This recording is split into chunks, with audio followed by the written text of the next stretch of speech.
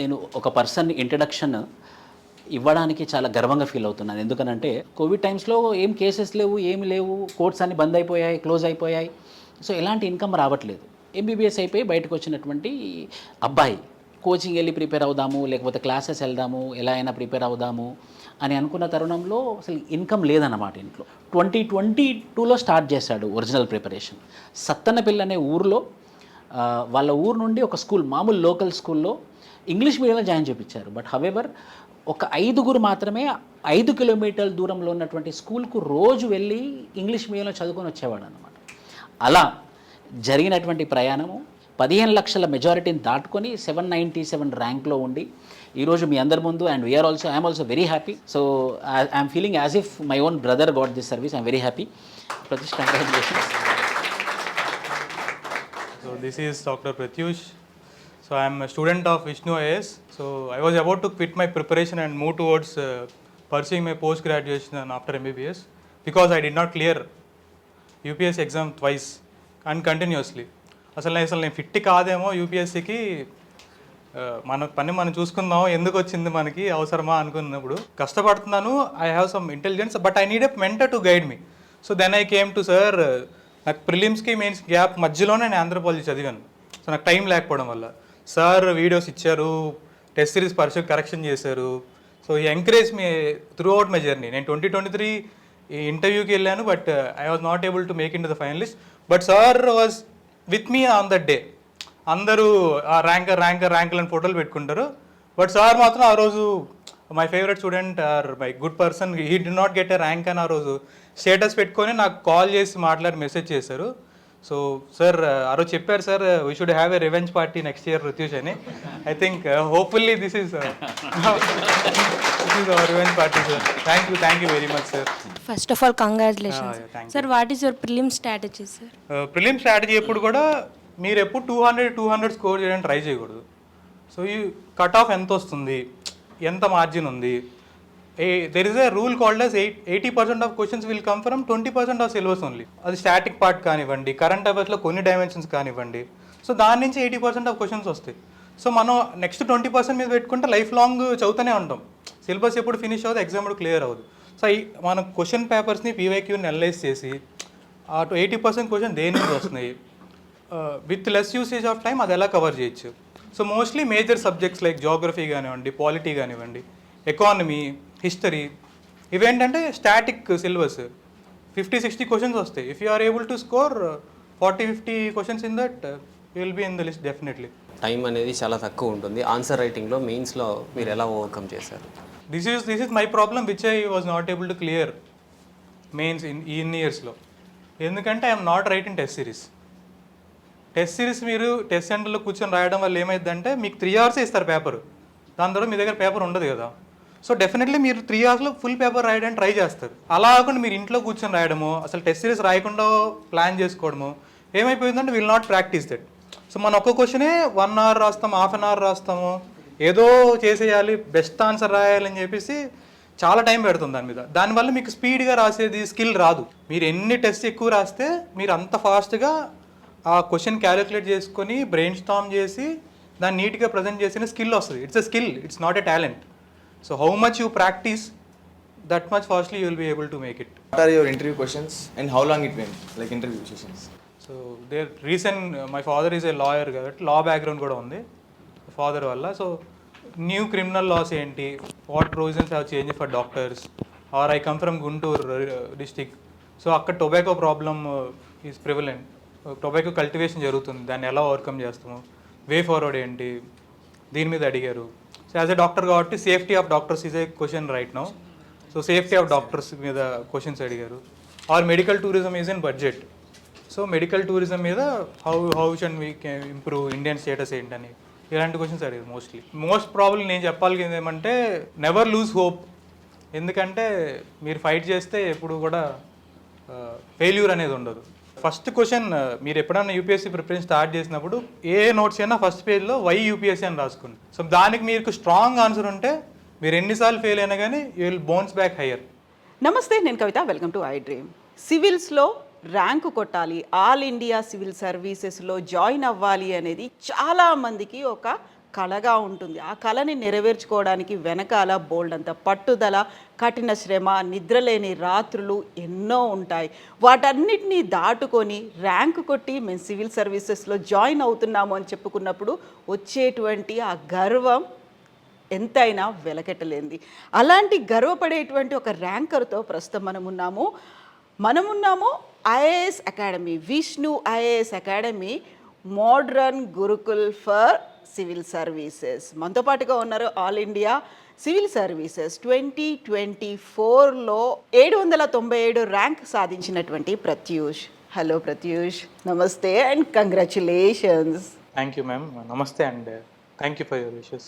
Yes, so మనం ఉన్నటువంటి Vishnu IAS academy 5 ఏళ్ల క్రితమే స్టార్ట్ చేశారు. ఇప్పటికే 102 ర్యాంకుల్ని సాధించినటువంటి ఐఏఎస్ అకాడమీ డైరెక్టర్ విష్ణువర్ధన్ గారు కూడా మనతో పాటుగా ఉన్నారు. విష్ణు గారు నమస్కారం అండి, మీకు కూడా కంగ్రాచులేషన్స్.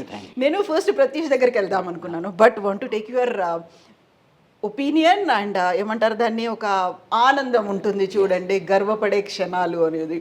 5 ఏళ్ళు అవుతుంది స్టార్ట్ చేసి, 102 మంది సివిల్ సర్వీస్లో జాయిన్ అవుతున్నటువంటి ఆఫీసర్స్ని ఇంతమందిని ఇచ్చిన తర్వాత ఒక్కసారి ఆ పడే తపన ఉంటుంది. కేవలం స్టూడెంట్స్ మాత్రమే కాదు, ఇక్కడికి వచ్చేటువంటి ఫ్యాకల్టీ కాదు, మీ దగ్గర ఉంటుంది చూడండి, ఒక శ్రమ పడతారు మీరు. వాళ్ళంటే నిద్రలేని రాత్రులు ఇవన్నీ ఉంటాయి. మీకేమనిపిస్తుంది, మా అకాడమీ నుంచి ఇన్ని ర్యాంకులు వచ్చాయి, ఇంతమంది సివిల్ సర్వీసెస్కి సెలెక్ట్ అవుతున్నారు అంటే? నేను పర్సనల్గా యూపీఎస్సీ ఇంటర్వ్యూ 3 times అటెండ్ అయ్యాను మేడం. సో దగ్గర దాకా వచ్చి నాకు 8 మార్క్స్తో నా లాస్ట్ అటెంప్ట్లో మిస్ అయింది. 2014 నా లాస్ట్ అటెంప్ట్ అనమాట. తర్వాత నాకు పలు గవర్నమెంట్ జాబ్స్ వచ్చాయి. నేను కెనరా బ్యాంక్లో మేనేజర్లా పనిచేశాను, ఫారెస్ట్ రేంజ్ ఆఫీసర్ జాబ్ వచ్చింది. ఇవన్నీ రిజైన్ చేసి నేను 2020లో ఫ్యాకల్టీలో పనిచేస్తూనే 2020లో ఈ పర్టికులర్ అకాడమీ అనేది ఎస్టాబ్లిష్ చేయడం జరిగింది. ఒక ఎగ్జాంపుల్ చెప్తాను. నేను 2014లో ఆంథ్రపాలజీ అనే ఆప్షన్లో ఒక టాపిక్ ఉంటుంది, అది జెనెటిక్ డ్రిఫ్ట్ అనే టాపిక్ అనమాట. నేను non biology background, genetic drift అనేది కొంచెం బయాలజీ కాన్సెప్ట్. నాకు నేను ఎవరికైనా ఫోన్ చేస్తే దాన్ని నాకు సింప్లిఫై చేసి చెప్తే బాగుండు కదా నా మనసులో ఉండే. అప్పట్లో మెంటర్షిప్ అనేది లేదు, అంటే టీచర్స్ క్లాస్ చెప్పి వెళ్ళిపోయేవాళ్ళు అనమాట. వాళ్ళ ఫోన్ నెంబర్స్ ఇచ్చేవాళ్ళు కాదు, వాళ్ళు అందుబాటులో ఉండేవాళ్ళు కాదు. నా ఫ్రెండ్స్ కూడా ఎవరిని అడుగుతుంటే 2-3 రాదని అన్నారు. సో నాకు ఆ డౌట్గా ఉండేది. నేను మెయిన్స్ ఎగ్జామ్ రాశాను, ఆ మెయిన్స్లో అదే ప్రశ్న అడిగారు నా లాస్ట్ అటెంప్ట్. సో నేను ఆ రోజు అనుకున్నాను, హెల్ప్ ఎలా చేయాలి ఆస్పిరెంట్స్ కంటే వాళ్ళకేం కావాలో అది ఇవ్వాలి, మన దగ్గర ఏముందో అది ఇవ్వకూడదు. సో వాళ్ళకేం కావాలో మనం ఇవ్వాలి అని అంటే వాళ్ళకి మనం అందుబాటులో ఉండాలి. సో అందుబాటులో ఉండే విధమైనటువంటి మెంటర్షిప్ అని చెప్పేసి మేము స్టార్ట్ చేసాం మేడం. అండ్ 2020లో మాకు ఫస్ట్ సంకీర్త్ ఐపీఎస్ అని, బృగేంద్రలాల్ ఐపీఎస్ వచ్చిన తర్వాత మళ్ళీ ఐఏఎస్ వచ్చింది, చెన్నైలో ఉన్నాడు. అలా స్టార్ట్ అయినటువంటిది మంచి ర్యాంక్స్తోని ఈ రోజు వరకు అయితే 102 ర్యాంక్స్ అయితే అకాడమీ తరపు నుంచి వచ్చింది. అన్నిటికన్నా ముఖ్యంగా ప్రత్యూష్ 797, అతని కన్నా పైన 796 ఉన్నా కూడా అది మైనారిటీ, కింద ఒక 15 లక్షల మంది ఉన్నారు మెజారిటీ. సో ఆ ర్యాంక్కి ఐపీఎస్ వస్తుంది. నాకు ఒక 3 సంవత్సరాల నుంచి అనుసంధానంలో ఉన్నాడు అనమాట, ఒక రిలేషన్షిప్లో. అంటే ఒక మంచి ఎట్టి పరిస్థితిలో ఇతనికి వస్తే ర్యాంక్ చాలా బాగుండు కదని మనస్ఫూర్తిగా కోరుకున్న మనిషికి రిజల్ట్ రావడం వల్ల నాకు చాలా సంతోషంగా ఉంది. ఎస్, ఐ కెన్ సీ అండి, మీ కళ్ళల్లో కనిపిస్తుంది ఆనందం. ఒక రివెంజ్ అనేది ఎలా ఉంటుంది, ఒక పట్టుదల, కసి, తపన అనేది.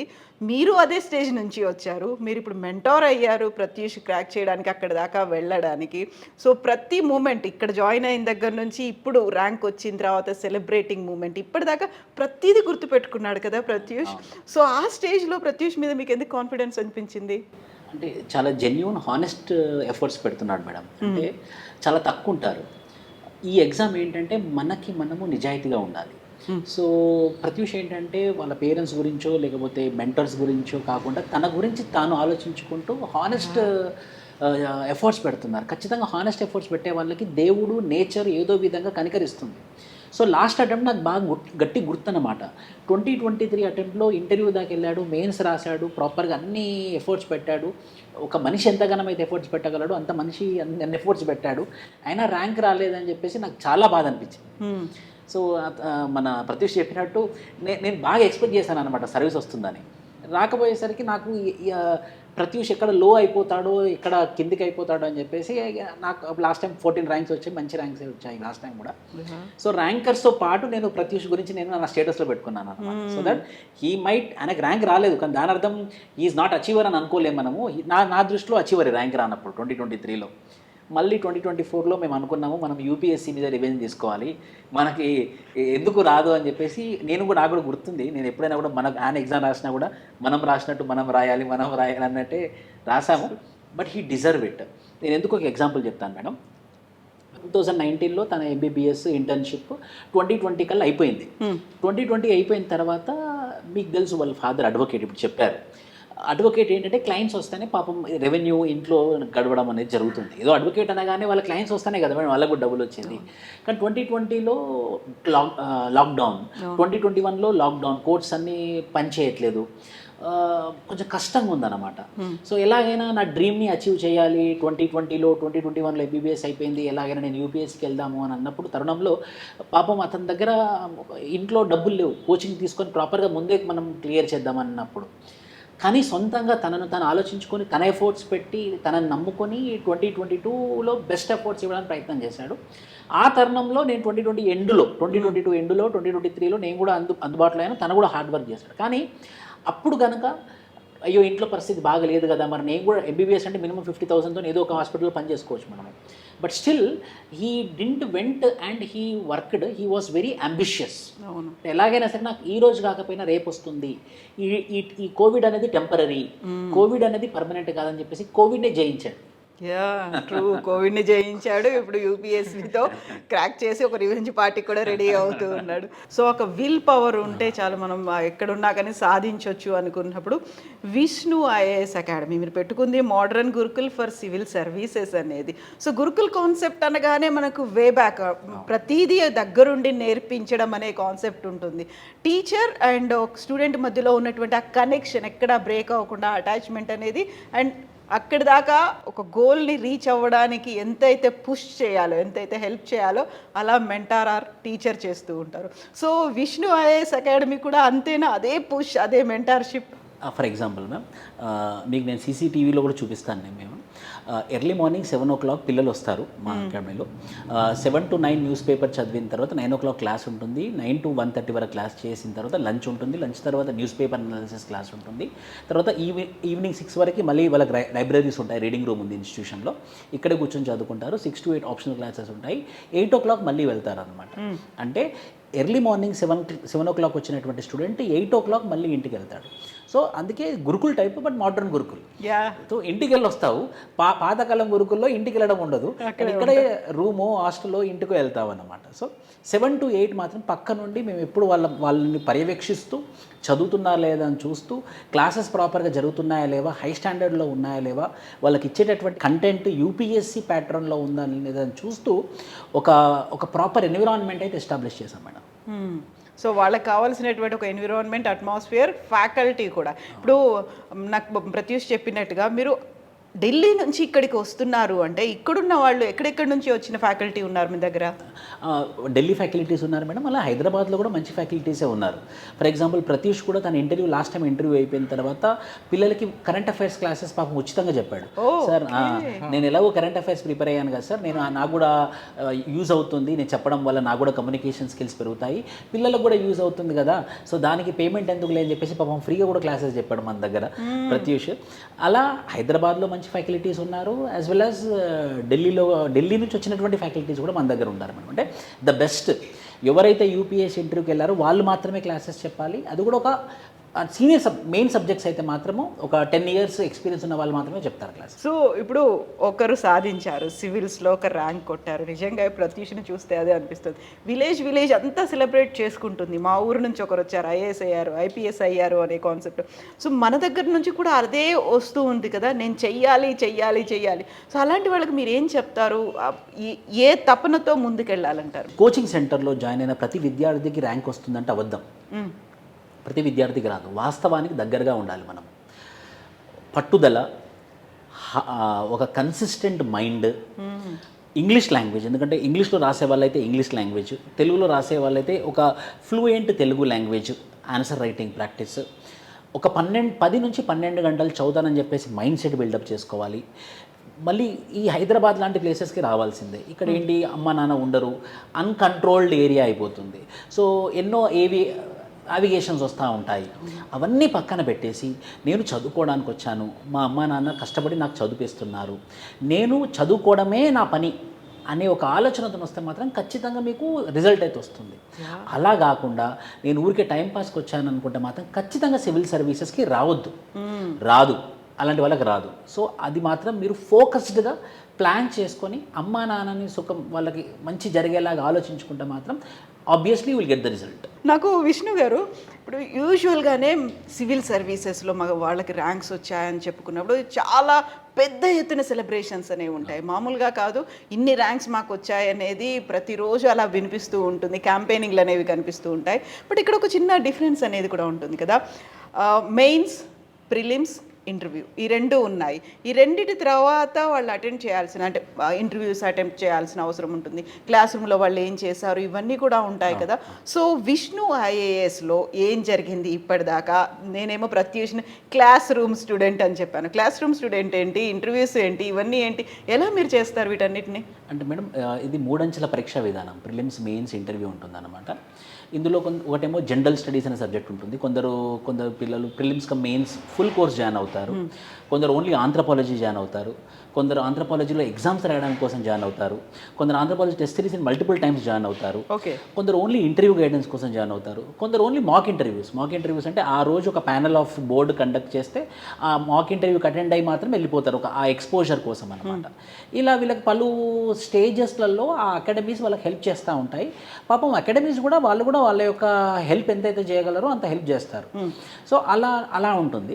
సో క్లాస్ రూమ్ పిల్లలు అంటే ఏంటంటే, క్లాస్ రూమ్ స్టూడెంట్స్ అంటే అర్థం ఏంటంటే ఎప్పుడు అందుబాటులో ఉండడము, వాళ్ళకి ఒక చిన్న ఇబ్బంది వచ్చినా కూడా వాళ్ళు మనం రీచ్ అయినప్పుడు రెస్పాండ్ అవ్వడము, వాళ్ళకి ఎలాంటి అవసరాలు ఉన్నాయి, ఎలాంటి కంటెంట్ ఉంటే బాగుంటుంది, ఇంకా ఎక్కడెక్కడ లోపాలు ఉన్నాయి, these are the mistakes which you are doing అని చెప్తూ ఎప్పుడు అందుబాటులో ఉండి వాళ్ళకి దగ్గరుండి ఎగ్జామ్ రాపిస్తే వాళ్ళని అది క్లాస్ రూమ్ స్టూడెంట్స్ అని అంటాం అన్నమాట మనము. బట్ ఈ ఎగ్జామ్ మీరు ఎంతమంది అన్నట్టు ఎందుకు ఇంత ప్రతిష్టాత్మకమైనటువంటిది అంటే దానికి ఒక ఉదాహరణ చెప్తాను నేను. ఈ ఎగ్జామ్ ఒక అభ్యర్థిని ఐఏఎస్ ఐపీఎస్ చేయడం కన్నా ఎక్కువగా ఇంపాక్ట్ చేస్తుంది మేడం. అంటే ఆ చుట్టుపక్కల ఉన్నటువంటి కమ్యూనిటీ, ఆ నేబర్హుడ్, ఆ కాలనీ, అక్కడ ఉన్న వాళ్ళందరూ ఇంపాక్ట్ అవుతారు. ఆ పర్టికులర్ పర్సన్ ఎవరికైతే ర్యాంక్ వచ్చిందో ఆ ర్యాంక్ని ఉదాహరణలా తీసుకొని మిగతా అందరూ కూడా చదువు అనే మార్గంలోకి వస్తారు. నేను ఐఏఎస్ కావాలని నన్ను చదువు అనే మార్గంలో వస్తారు. ఆ పేరెంట్స్ ఏమంటారంటే, చూడు అబ్బాయిని చూసి నేర్చుకొని కూడా బాగా చదవచ్చు కదా, ఓ ఇంజనీర్ అవ్వచ్చు, డాక్టర్ అవ్వచ్చు, ఒక ఐఏఎస్ అవ్వచ్చు, ఒక ఐపీఎస్ అవ్వచ్చు, ఇంజనీర్ ఏదైనా కావచ్చు. సో ఆ ర్యాంకర్ ఒక ఇన్స్పిరేషన్ అవుతాడు అన్నమాట. సో ఒక మనిషి ఇంకో మనిషిని ఇన్స్పిరేషన్ అయ్యాడు అంటే జీవితం స్వార్థకతమైనట్టే నేను నమ్ముతాను మరి. ఎస్.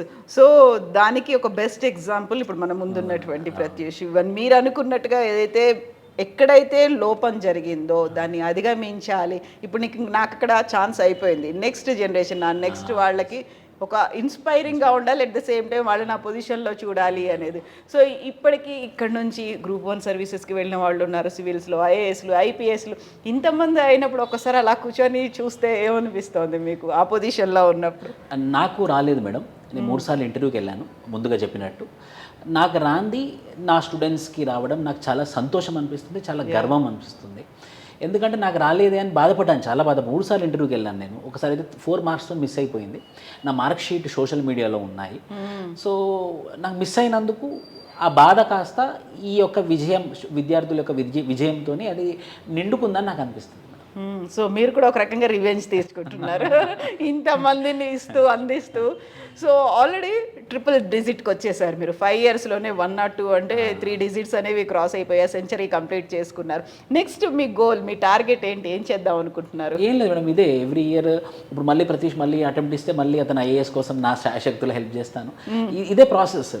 ఏంటంటే ఒకటి మనం గుర్తుపట్టాలి మేడం, ఎంత బయట సమాజం ఎంత కమర్షియల్ అయినా, బయట సమాజంలో అంత డబ్బు ఎంత రోల్ ప్లే చేసినా కూడా తల్లిదండ్రులు, ఉపాధ్యాయులు ఇప్పటికి కూడా వాళ్ళ యొక్క నైతిక విలువలు మరవలేదు.